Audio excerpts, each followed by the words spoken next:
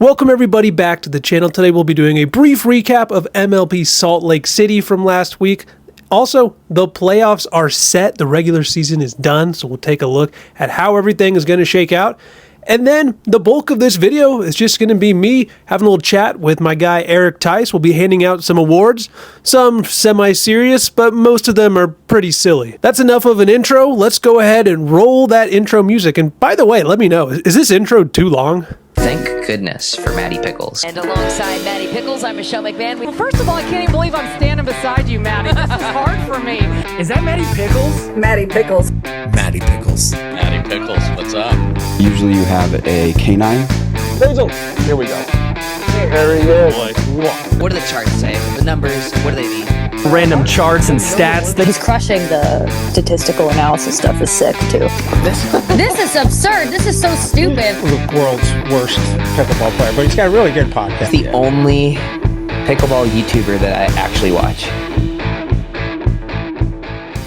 Also, I did want to make this a proper recap with clips and highlights and everything, but I'm recovering from COVID. In the year 2025, I got COVID. I think I got it at MLP Dallas too. I texted Will Doughton and said, hey, you might want to sanitize those headsets. But anyway, yeah, you know, it's still a thing, I guess. Whole family got it, just did not have the energy to do the full highlights, clips, recap, blah, blah, blah, blah, blah. But I really enjoy bringing on interesting people to the channel to talk with. And if this is a format that you would like me to do, or maybe find some kind of balancing act, just give me feedback. Let me know in the comments. So Major League Pickleball Salt Lake City was the final regular season event of the year, which means the playoffs are set. And coming into this event, it really felt like it was Chicago Slice's spot to lose for that final spot in the playoffs. And, well, they lost it. Kind of a fumble, in my opinion, considering that Miami traded away Noe Cliff and Millie Rain at the trade deadline. To lose out to Miami, man, that just cannot feel good, especially when you consider that had this result flipped, Chicago would have been in the playoffs.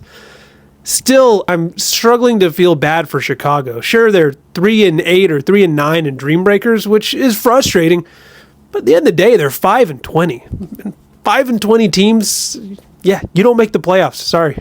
The other big storyline in this event was if Texas was going to be able to steal the 6th seed out from underneath Ben Johns and the LA Mad Drops. They needed to be nearly flawless to achieve this. And when it was announced that Christian Alshon would not be traveling with the team to Salt Lake City, it didn't really feel like that was going to happen for Texas. But they got really freaking close. It all came down to the final match. If they would have just won this match in regulation against Atlanta, who's not very good, Texas would have sent Ben Johns and the LA Mad Drops to the 7th seed. They would have had to play in the play-in game. Instead, Texas came up just short. However, we got to talk about the heroics of one Wyatt Stone. I mean, this guy subbed in, and I was texting with a few of my buddies, and I said, man, this is going to be tough. I just can't imagine this mixed doubles line of Wyatt and Caitlin Christian really doing that well. Yeah, and they went 5-0. So you know what? I will never doubt you again, Wyatt Stone. You have my word. That's on me. I didn't know it was going to be like that, you know? I mean, this guy was just incredible. The dude just played fearless. Like, you could just tell he was playing like somebody who had nothing to lose and everything to prove. And man, I had a ton of fun watching him play. So Wyatt Stone, way to go, man. We also did get our first look at Orlando after the trade they made to acquire Millie Rain. And unfortunately, didn't really go too well for their women. And it was also our first look at the Utah Black Diamonds' new women team. And man, kind of the complete opposite situation there. They absolutely looked incredible. And what's interesting is this match right here is a playoff preview in all likelihood. We haven't formally seen that the matchups will be Texas versus Miami and then Orlando versus Utah, but Texas does get to pick their opponent. Presumably they'll pick Miami, which by the way, we also just saw. So a little playoff preview here. Although we think we'll get Christian Alshon in this one. But back to Orlando and Utah. I don't know. Who y'all picking in this one? With that, let's hand out some awards. Please join me in welcoming to the channel, Erik Tice. Erik, you've been on this channel several times before. Who, of course, could forget our world-famous MLP Draft live stream that we hosted live from the backyard court. How have you been? Good, dude. Super excited to be on this one. Just Love like shooting the shit in pickleball with you. And I know for sure this one's going to go better than our live broadcast where they wouldn't let me into the draft for 15 minutes. So I'm pumped. I'm pumped. Cool. Well, I thought it would be fun if we gave out some awards. We saw some official awards come out from pickleball.com. I'm going to start off with what I'm just calling my kind of normal awards. But even this first one isn't that normal. This is I kind of gave 2 MVP awards here. Okay. I did my contrarian Matty's being annoying and overthinking it MVP. And then my please be a normal person MVP. So my overthinking it MVP is Hurricane Tyra Black. How much did I overthink it? A little bit, bud. A little bit? Not terribly. Like this is in the realm of MVP talks. I disagree that Hurricane. Listen, I love Tyra. I think everybody thinks Tyra's great. Is she the MVP? I don't think so. But could you make an argument for her to be the MVP? Sure. And that's what I would like to do if you'll just listen to me. Yeah, basically, let's listen to Matty talk about this for a second. We're in a world where I have access to this great, amazing data set from Real Clear Stats that nobody else on the world, unless you're a team that has paid for it, gets to look at. So it sounds sometimes like when I'm doing, even on the broadcast, and I'm dropping Real Clear Stats knowledge bombs, I'm like, do people think I'm just making this up? But I can assure you, very real, very clear stats. We love them. Tyra, the #1 player of either gender in the Real Clear Stats Player Impact Plus stat. This is a stat you get +1 for hitting a winner, plus 0.75 if you force an error, minus 0.25 if you could commit a forced error, and -1 if you commit an unforced error. There's also some opportunity analysis, hitting a ball and then it comes back and you're getting a winner off that. So there's that part to it too. The fact that Tyra is #1 for man or woman in this stat is just incredible because the stat generally favors left side alpha players. So you usually see men at the top of the stat, just especially when you factor in the mixed results. But like that's just how good she was by this one metric. And kind of when I was going back, like early in the year, Georgia Johnson had an incredible stretch where she scored like 44 points in a row at one point in like the first event. She pickled like 3 teams. And I was trying to pull some Georgia Johnson clips, and I was just like I was watching really deliberately. I was kind of like, I don't know. Hurricane Tyra Black is kind of the one that's like getting a lot of these putaways. Georgia's doing great with, the setup on this. But I was just, ever since then, I've kind of been watching it. It's been like, Tyra Black just needs some love. So that's why I've overthought it to the point where I'm actually giving her the MVP. Got it. Love it. Disagree wholeheartedly. Yeah. Although Tyra, like, listen, I'm not a Tyra hater. Like, if there's fans out there that love Tyra, I love Tyra too. Like, she is phenomenal. But here's what I will say. Georgia plays her role phenomenally. Mm-hmm. If you were to put another woman with Tyra and or with JW, both of them would not have the stats that they have because Georgia is so good at initiating contact. Now, is Georgia so good at initiating contact because she has 2 players that are so good at countering that it doesn't matter? One could make the argument, right? Like Georgia basically has the freedom to speed up whatever she wants, whenever she wants, when she's playing mixed or when she's playing men's. I don't think you could say that about any other player in MLP more than Georgia Johnson. JW does not have a lot of offense on his own. Tyra has 0 offense off of the bounce. Out of the air, she's dynamic and amazing. Off the bounce, though, not so much. And JW, zilch. So if both partners are willing to counter and just be set up, Georgia's the best option possible by far. And that's why the Dallas Flash are so good. And that's why they were set up the way they are. So don't fault you at all. So my if Matty was a normal person and didn't want to be contrarian, annoying and pick somebody that nobody else picked, my real MVP effectively is Georgia Johnson. Like you said, all those reasons. And I mean, the narrative is just so clean. She has the best record. You look at how many times she's just completely blown out the opponent. And also like the whole like heart and soul MLP of it all, like that matters at MLP. And if you take away her from that team, like they don't really have nearly as much energy. And I think that really you can't overstate that in MLP. We talk about all the time, but like it's a real thing. Love the Georgia pick. I have a different MVP of the league. My MVP of the league is Hayden Patriquin. Okay, yeah, I think that's a fine pick as well. I have him, spoiler alert, on my first team, so I think he's definitely in consideration for sure. And so here's my thought process with Hayden. He's on the number 1 team. He's on the always helps the narrative. So like, and I do want to talk about Matty's talk earlier about the stats. Individual player stats are super important. I can't stress that enough. The problem with MLP right now, outside of Matty Pickles, the teams that pay for real clear stats, is that we have basically 0 stats. In fact, I keep better stats than the actual league itself, it's very true. It's very true.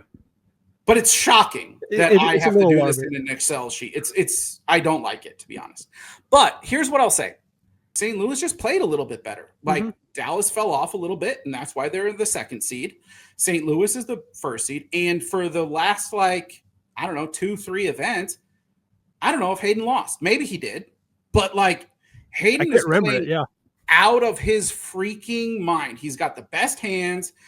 He is here's the deal. He's no taller than me. I've stood next to him several times. He's maybe 5'9" if I'm being generous. He is one of the best movers in all of pickleball, bar none. And I will say this, a year ago, his overhead was catastrophically bad. I can relate to that. Yeah, you can. I've seen it. But he has improved his overhead incredibly. He can put the ball away. He's got incredible hands.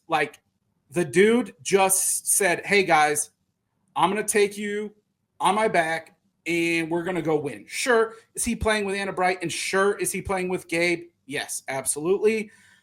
But the dude is playing out of his mind, and I think he is the MVP of the MLP Premier level in 2025. Yeah, I mean, I had him and Gabe in my first team, rounding out that. And also I went with Annalie Waters as my second woman on that. So, I think Hayden is a great choice. I saw you could make an argument for Gabe. Probably comes from him playing with, not playing with Anna Bright is effectively the kind of, I think, where that argument might have to come from. But no, I think I would give the edge to Hayden as well if I had to pick an MVP man, basically.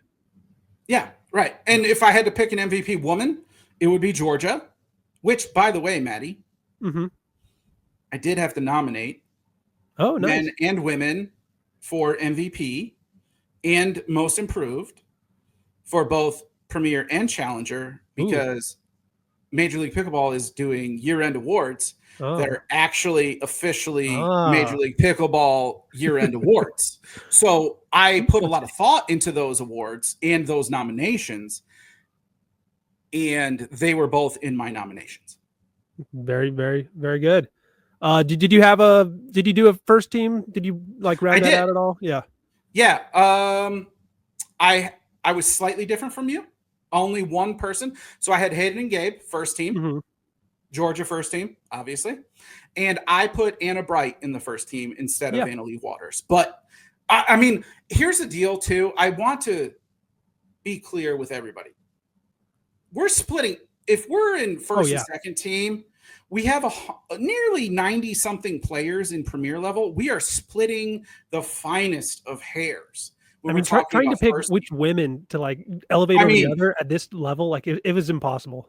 For sure. But here's where I'm going. Georgia, second team in terms of seeding.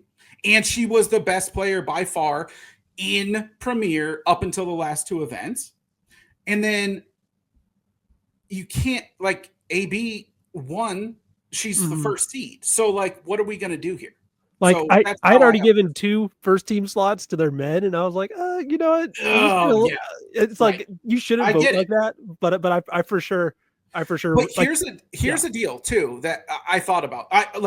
Listen, with because the league asked the media to nominate players, I took this very, very seriously as a media journalist. Like, I take my role in this sport very seriously.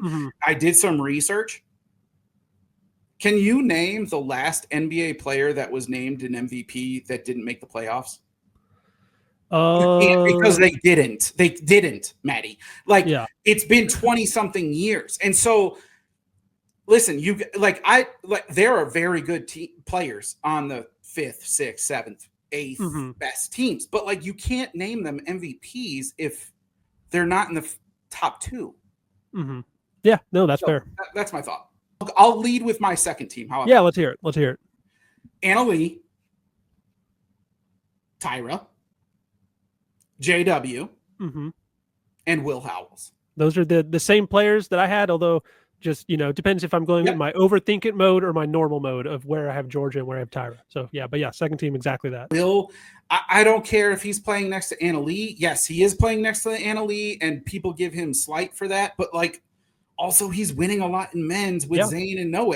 And not only is Noe's good, Zane is good, but, it's a newer partnership with Noe. He's still winning. And so I just – now honorable mention for me, which is third team. Did you do that too? Yeah, I got okay. My 2 men honorable mentions were Andre and Fed, and then I went with Rachel, and then I wanted to get a Kawamoto in there. I thought about Fahey, but I went with Paris Todd.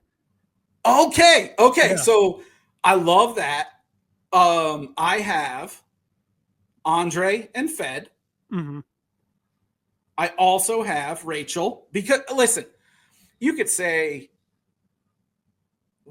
Rachel won most improved last year. She's not going to win most improved this year. You can't win it twice in a row. You can only, Rachel is way too good to win most improved 2 years in a row. That's just not possible. But I will say, for her to have the record she had with playing with AJ Kohler, who played phenomenal, by the way. Oh yeah, but still, playing with Riley and playing with all of these different players and still having the record she did, Rachel obviously deserves a lot of recognition. The second female I had on that list, you had Paris, I had Catherine. And for a very similar reason to why I picked Rachel. Catherine had to play with Rafa, with Spencer Smith, with Wang Yung. And so it's despite all of these extra factors outside of the situation, she's able to rise above and still play great. And so that's why I picked her. Yeah, I think that was in my considered section. I won't run through everybody. I mean, there's so many. Yeah. So many in the considered, right? It was tough, especially on the women's side. Most improved, I went with Kate Fahey, and then I also gave a super sub award to AJ Kohler with an honorable mention to Wyatt Stone right there. So that kind of rounds out my real awards, and then I've got some silly awards. Did you have a most improved? My nominees for women in most improved, and again, definitions are very subjective here, right? But my most improved women in Premier were Kate, Maya Bowie, and Paris. And the reason I picked Paris is not because she was bad and is good now. She was on a bad team, 2 bad teams last year, but performed phenomenally. Maya Bowie came out of nowhere, played pretty well, and then got better as the year ended. But Kate was, you could tell me better. I think she was 5-18 last year with Gabe. Homegirl is just winning every freaking thing. It doesn't matter if she's playing the A team, the B team. Her and Gabe are winning. And she is considerably better. She is a ball maker. She is a fighter. And so she's my most improved. Also on the guys' side, I would say my most improved by far is Eric Onsens. He came from Challenger, played great for the Texas Ranchers. You would know this. I would say he was their best player this year, and he was the most unproven and the biggest X factor going into the season. And he played better than Christian, Tina, and who I can't think. Caitlin or Etta. Right. Yeah. So Eric, to me, is the most improved male. I also nominated Yuta and Blaine Hovenier, because he was drafted but just played out of his mind throughout the year. Yeah, he was kind of the super sub last year for LA. Oh yeah, for sure. If we had super subs, yeah. I think you could make an argument for Gabe Tardio, but like just in the same kind of logic of where Kate Fahey's record was to where his record is, like if that's your criteria, right. Like it's these words you could, again, it's a definition thing. Like how do you get to define sure. it? Okay, I've got a few more awards that I want to give out. I think you might have. And then I'm excited for mine too. Yeah, so we can just kind of trade off doing one award after the other. So my award I want to give out is the Zane Navratil Award for Grace and Dignity Through Adversity. And of note, Zane is not actually eligible for this award. You okay. I was assuming that you named it the Zane Navratil Award to name Zane Navratil. Okay, no, it'd be kind of tacky to win your own award. Like like they never give the Heisman to Heisman. Heisman never won a Heisman. I don't think he did. At least that'd be kind of weird if he did. No, he didn't. No. Yeah. No. So anyway, Zane not eligible, but I'm going to go with his teammate, Megan Dazan. Megan was under a lot of pressure, and I feel like she took a lot of heat early in the season. She started off 9-11, and then the rest of the way was 27-6.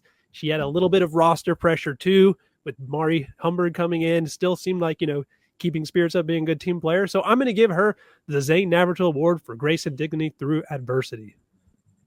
I will. I didn't make one because we didn't talk about that. But here's what I'll say about Meg Dazan.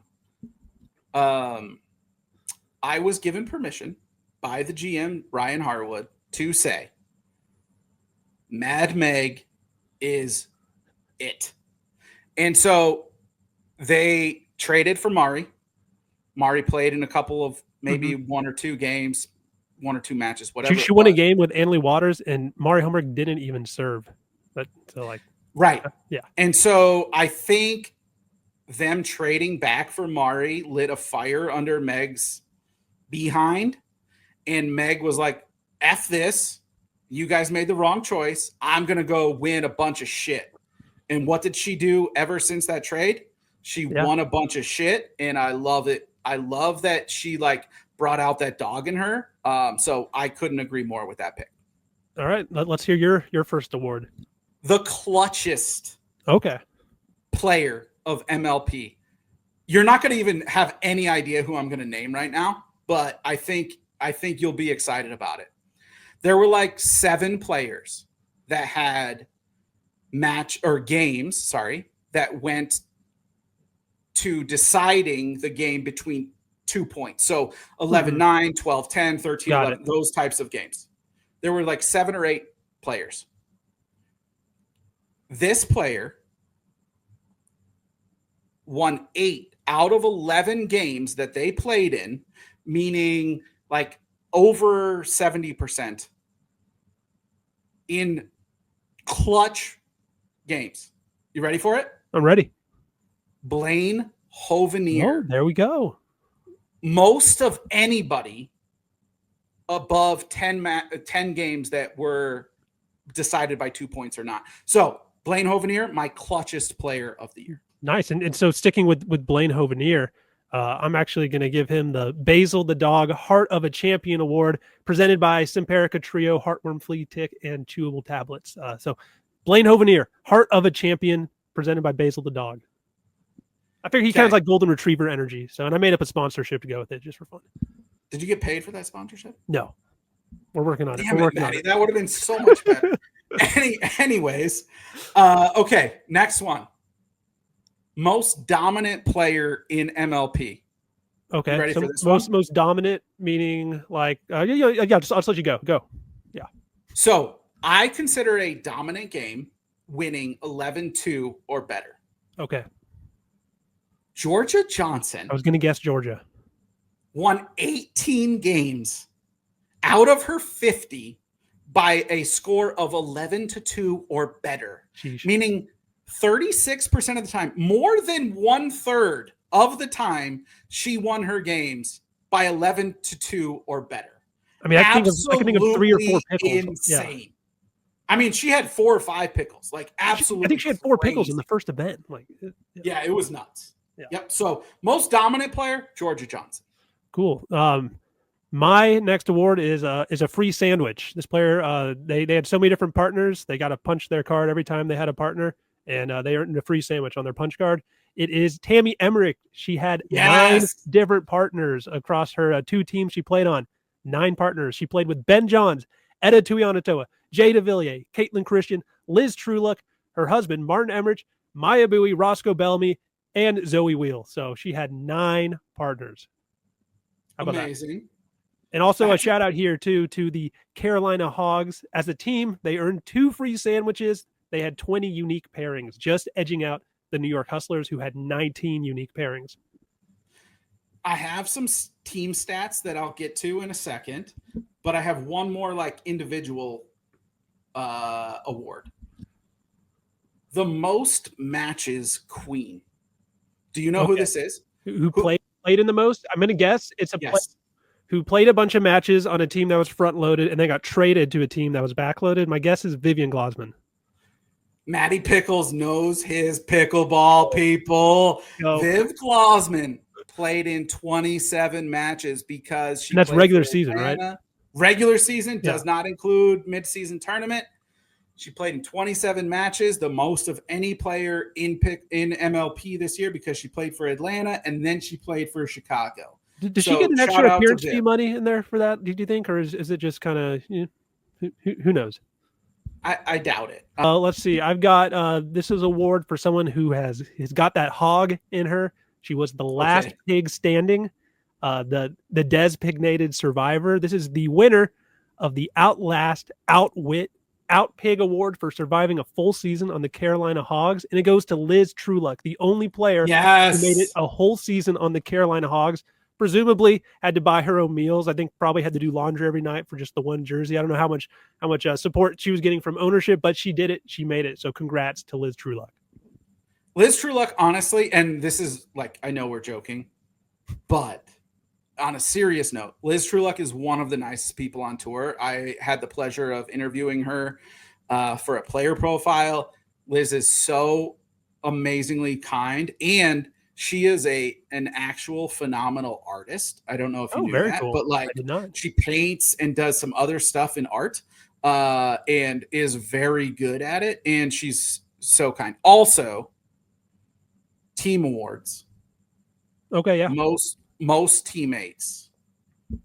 The Carolina Hogs had 13 players play for them this year. And you named most of them. Ben, Colin, Tammy, Caitlin, all 4 normal. Mm-hmm. We're good. Liz, sub, but still, yeah, great. Brandon French did play for them in the last event, even though he was drafted by them and then dropped by them. I called the match that he played in, him and Yvonne. Okay, so Yvonne as well. We have Ross Whitaker, Columbus Zoe sub. Weil, Martin Emmerich, so Columbus sub, Roscoe, Etta, and Brandon French, and last event of the year, Donna Funaro. Yeah. I called it was one of my 3-4-0 sweeps I called at MLP Dallas. I got the Hogs versus the Shock. Got it. That was riveting, I'm sure. Yeah, you know what? It was fun. I had fun. You could be in the booth with our guy Will Doughton. You know, he's great. Will's the best. A great talent. Yeah. I just have a couple of Challenger. I know Challenger is difficult to pay attention to. I think I'm one of 6 people that paid attention to Challenger as much as I did. But here's the deal. Challenger, most improved and my male MVP by far, James Delgado. Came onto the scene. Dude is a stud. He's going to be great. Like, I think he's got the goods. On the women's side, Zoe Wong. Most improved on the women's side, I will say, and this is a crazy statement because she's in the middle of the pack in terms of stats, but just watching, Lane Sleeth makes balls. Like, she did not miss in the transition zone. She did not miss from the baseline. She doesn't miss from a dink. She may miss in some hands battles, but Lane Sleeth was like super duper consistent, way more so than last year. So I nominated her as one of my most improved women. Well, we gave out some good awards. Oh, I actually do have one more award. The best commentator at MLP this year. I give it to you, buddy. No way. Yeah. No chance. There you go. There you go. I appreciate that, but definitely not. No, yeah, that was just me sucking up to you. I actually have written, it says best co-host of an MLP draft live stream is what it actually says. Oh my God. I do really like commentating though. Isn't it fun? Like it is fun. It's fun. Yeah. Once you kind of get into like a little, like you texted me, I was talking so fast, but then once you kind of get into it a little bit, and I'd love to call like a good match eventually too, but yeah, it is fun. Right. Like so here's the deal. Sometimes like color analysts don't bring any energy, and it's like tough to like get involved in the game. You brought so much energy. You sounded like you were on crack a little bit. Oh, and yeah. I was like, I just texted you. I was like, Matty, like energy is great. Yeah, I've like the first match that I do, because I've only done it like one other time on championship court. Yeah. Like I'm just like adrenaline up, you know. I'm just like, hey guys, we're going to blah blah blah blah. And I'm like, hey Matty, like let's just take a step back here and like talk at half the speed, and you're gonna be great, dude. And you did. You for sure did. So kudos to you for taking some feedback. Cool, man. Well, guys, everybody like, subscribe. I hope you enjoyed this video. I'm trying to bring on more guests. This was supposed to be just like a 10 or 15 minute tack on to the end of my video, but I'll probably just end up doing this as the whole video. This was kind of ended up going a little longer than I thought it would, but I kind of knew it would too, so I'm not complaining. Anything you want to shout out, plug before we head out, Eric? No, I'm headed to MLP San Diego. I'm hoping that I get some commentary gigs. We'll see if I do. But either way, I'll be there all weekend, and I'm really, really excited for the playoffs. Are going to be good. I'm so freaking like we talked about. Like people are like, "Oh, there's not enough parity." Blah blah blah. Who cares? In the playoffs, we got there's 10 enough parity. Yeah. Good teams. We're going every single second round matchup is going to be phenomenal. Like I'm dialed in, and I'm super excited. Mm-hmm. All right, man. Well, that's going to do it. Thanks, everybody. And yeah, okay. No.